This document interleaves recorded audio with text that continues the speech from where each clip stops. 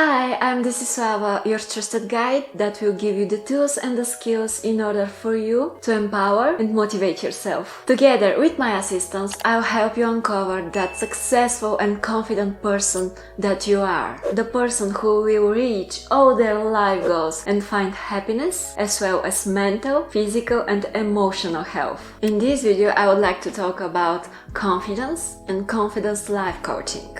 We all have great potential and amazing ideas, but few reach what they have started, what they have imagined, what they have wanted. We are all our worst enemy. We know what we have to do, but we just don't do it. We talk ourselves out of it.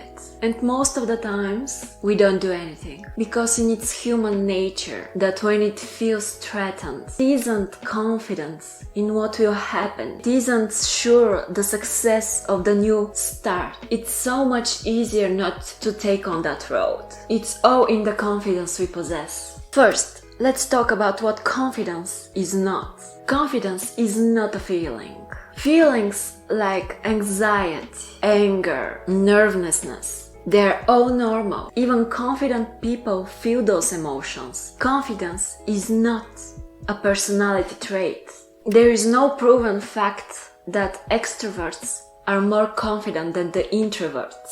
Believing that you are good at something is competence, not confidence. You can be confident that you're good at something, but you can be confident that you're awful at something as well. Confidence is not a self-esteem. The need to feel good oftentimes lowers your confidence levels.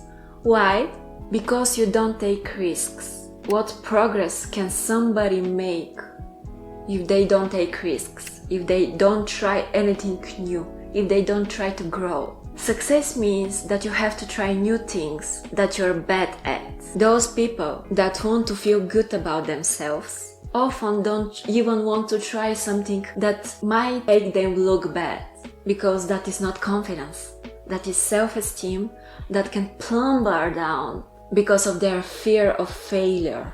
If your confidence is improved by your success but plumbers down when you fail, that is not confidence. That is self-esteem. If you build your self-esteem around that you're smart, you're beautiful, what happens when you get old? When that beauty isn't the way it used to be? What happens when you find yourself in a group full of other smart or even smarter people than you? Will you still feel that confidence? Confidence is a skill that you learn, that you develop, just like a muscle. The more you work on it, the better and the stronger it gets. Confidence is willingness to try, combined with a trust that you'll figure it out.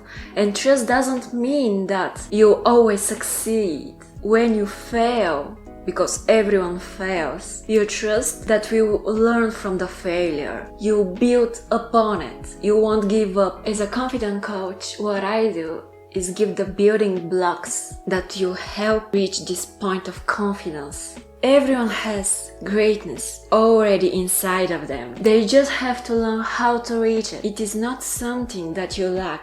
It is something that you already have. In the future, I would not only show you the techniques that you need and that we'll practice together. I will show you how to do those techniques on your own, help you realize and how strong and powerful you could be. And by working together, you and me, the first advice I would give you in this confidence coaching that we are starting right now: stop putting others on pedestals. You don't see how hard they have worked. They're natural.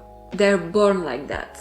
That is just an excuse. Next time you see somebody that you admire, say to yourself, he must have put so much sweat, blood and tears in what he does in order to be that good. He's such a role model. It's honesty when I say to you, those kind of people that you admire so much, there are two differences between them and where you are right now. First, they prioritize their life differently. And second, they learn and work more than you. And that is not something bad. It shouldn't discourage you. It should motivate you. It's a way of saying things. Okay, they work hard for that. Why shouldn't I do that? Why shouldn't I work as hard as them? The answers are two. First, if you start making excuses, it's because you don't want that thing strong enough. And second, it's because you're just realizing it. And that is the starting point of your success.